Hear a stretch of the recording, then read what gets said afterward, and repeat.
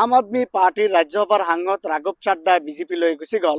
লগতে আৰু 6জন আম আদমি পাৰ্টিৰ ৰাজ্যসভাৰ সাংসদ বিজেপিলৈ গুচি গ'ল।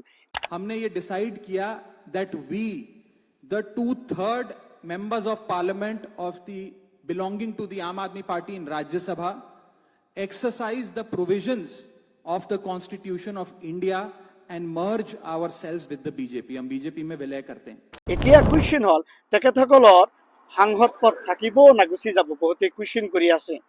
তেখেতসকলে ভাৰতবৰ্ষৰ সংবিধানৰ 10 শিডিউল এপ্লাই কৰিছে, যিটো হ'ল এণ্টি ডিফেকশ্যন ল। আমি সকলোৱে জানো, কথিত আছে যে পলিটিক্স কৰিবলৈ হ'লে পলিটি জানিব লাগিব আগতে, অৰ্থাৎ লিগেল প্ৰভিজন জানিব লাগিব। তেখেতসকলে লিগেল প্ৰভিজন এপ্লাই কৰিছে, তেখেতসকলৰ সাংসদ পদ গুচি নাযায়। এই এণ্টি ডিফেকশ্যন লত লেখা আছে 2/3 মেম্বাৰ্ছে যদি সাংসদে বা MLA যদি বেলেগ পাৰ্টিৰ লগত মাৰ্চ কৰে, তেখেতসকলে ডিছকুৱালিফাই নহয়, অৰ্থাৎ সাংসদ পদ বা MLA পদ থাকিব। এতিয়া কথাটো হ'ল তেখেতসকলে বিজেপিলৈ গুচি গ'ল, তেখেতসকলে সাংসদ থাকিব।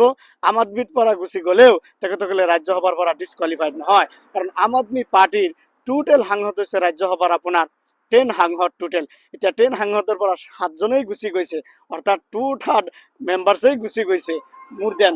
তেখেতসকলৰ সাংসদ পদ গুচি নাযায়, তেখেতসকলে ডিছকুৱালিফাইড নহয়। সেয়ে পলিটিক্স কৰিবলৈ হ'লেও পলিটি জানিব লাগে। তেখেতসকলে বহুত হুঁচিয়াৰিকে अकल इस्तेमाल करके बहुत होशियारी के साथ तेखेतসকলে বিজেপি জয়েন কৰিলে।